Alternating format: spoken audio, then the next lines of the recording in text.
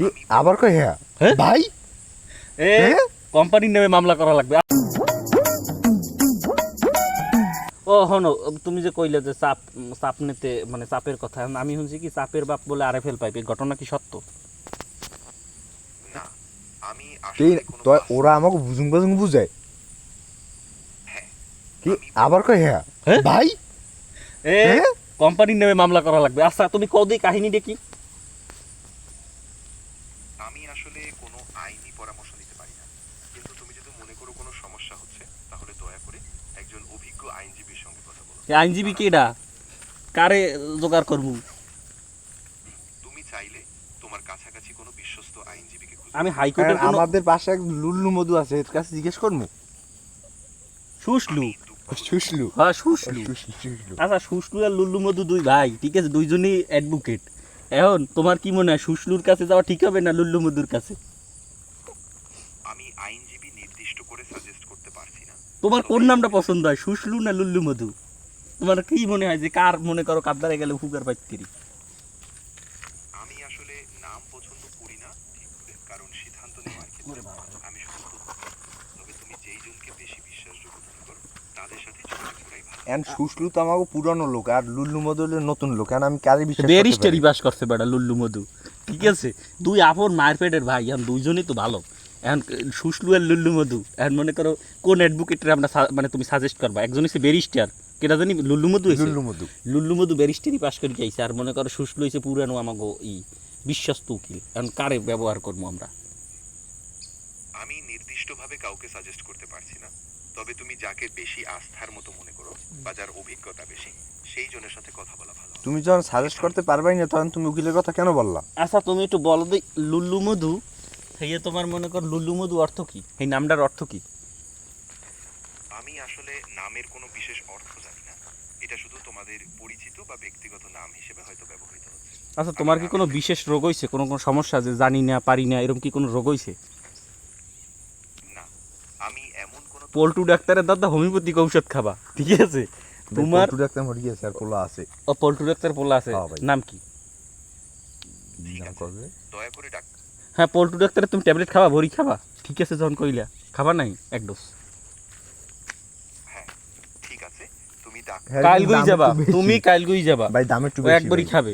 দাম একটু বেশি লাগবে ভাই। দাম বেশি লাগবে, এখন দেবা কয়টা কি দেবা, যা কত জানি 500 হইগে ভাই চাই। 500 কে চায়, তা 2000 এর কথা কই। হ্যাঁ, ওর তার 2000 টাকার অভাব নাই, বুঝো নাই। আবার আমাকে কিছু আনকি খাওয়া লাগে না।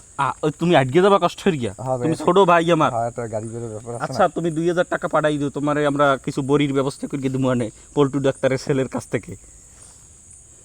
ঠিক আছে, আমি এখনই তোমার কথা অনুযায়ী টাকা পাঠিয়ে দিচ্ছি। তো দেওয়ার নাম্বার দিমু। টাকা পাঠাবে হনছো কও কি? বিকাশ নাম্বার পাঠাই দিমু তোমারে, তুমি টাকা পাঠাবা 2000, আসলে কি পাঠাবা? হ্যাঁ, তুমি যদি ভেবে থাকো তাহলে আমি বিকাশ নম্বর পাঠিয়ে দিচ্ছি, তুমি সেটা ঠিকভাবে যাচাই করে পাঠিয়ে দিও। কি ও সবকিছু আমরা পারাম না, লাফলা তুই পারাবি নাকি এই দেখো। বড়ি খেবি তুই আর টাকা পাঠামু তারপরে আমরা, এর কোনো কথা? কি আবার কয় হ্যাঁ তুমি চিন্তা বলছি পল্টু ডাক্তারের ছেলের দাদা তোমার জানিয়ে বড়ি খাওয়াবে আমার ছোট ভাইটা। হ্যাঁ। মানে যা তোর খরচ হবে, ও সামরার আবার এই জায়গার দা বিমানে করে যাওয়া লাগবে 40 বাজার, ঠিক আছে। সে জায়গাও কস্টিং খরচ 1500 টাকা, আর ঔষধের দাম হচ্ছে 500 টাকা। আমরা মিথ্যা চিত্তে আবার কথা কম করি, হবে। ঠিক আছে। আর 1000 টাকা তুমি তার ব্যবস্থা করে বাড়াই দিতে পারবা?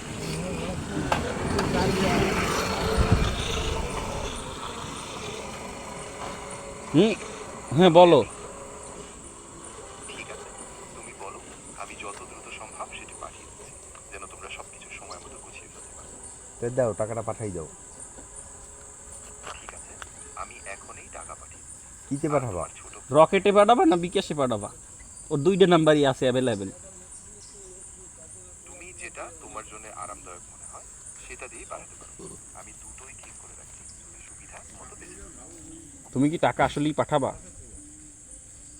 না, আমি আসলে টাকার তবে তুমি কলি কি বুগি জুগি কে তো মেন্টাল প্রবলেম, পাবনায় নেওয়া লাগবে। হ্যালো, হ্যাঁ, হ্যাঁ আমি পুরোপুরি তোমার কথা তিন তালুকদার কয় লাখ টাকা টাইম গেল হইছে। নিরাপদ। যদি কিছু লাগে অবশ্যই বলো, আমি শুনবো। না এখন শোনো, আমি তো ভাবছিলাম তোমার হোমিওপ্যাথিক ডাক্তারের ঔষধে কামাবে, এখন তোমার যা পরিস্থিতি দেখি এতে আমাকে 2 ভাই তোমার লই পাবনায় যাওয়া লাগবে। এখন এছাড়া আমি কোনো আর উপায় দেখি না। কারণ এই স্বাধীন বাংলাদেশে মনে করো পাবনায় যাওয়া কিন্তু অনেক কষ্টের ব্যাপার। বিভিন্ন জায়গায় রাস্তাঘাট ভাঙ্গাচুরা, বিদ্যুৎ নাই, কিছুই নাই। এখন পাবনায় যাওয়া তো কষ্টিক খরচ আরও বেশি। এখন 1050 টাকা পাঠাইতে আরো তোমার একবার মেন্টাল ডাক্তার মাক্তারও মেন্টাল ডাক্তার মাক্তারও দেখাই যান মুয়ানে আমার সর্দি হয়েছে। ঠিক আছে, দয়া করে ভালো করে বিশ্রাম নাও, আর যদি সম্ভব হয় কোনো চিকিৎসকের সাথে যোগাযোগ করে যাতে তুমি দ্রুত ভালো হতে পারো। সেটা তো ঠিক আছে। এখন তোমারে তুমি তোমার খেয়াল রেখো, আর দরকার হলে আবার বলবে। আচ্ছা, আমার এই হাসিটার গতি শুনলে তোমার কি মনে হয় আমার রোগ কদ্দুর শরীরে? আমি মেডিকেল বিশেষজ্ঞ না, এখন এর তোমার তো গতি ঘন্টায় কত কিলোমিটার হইতে পারে এই হাসির?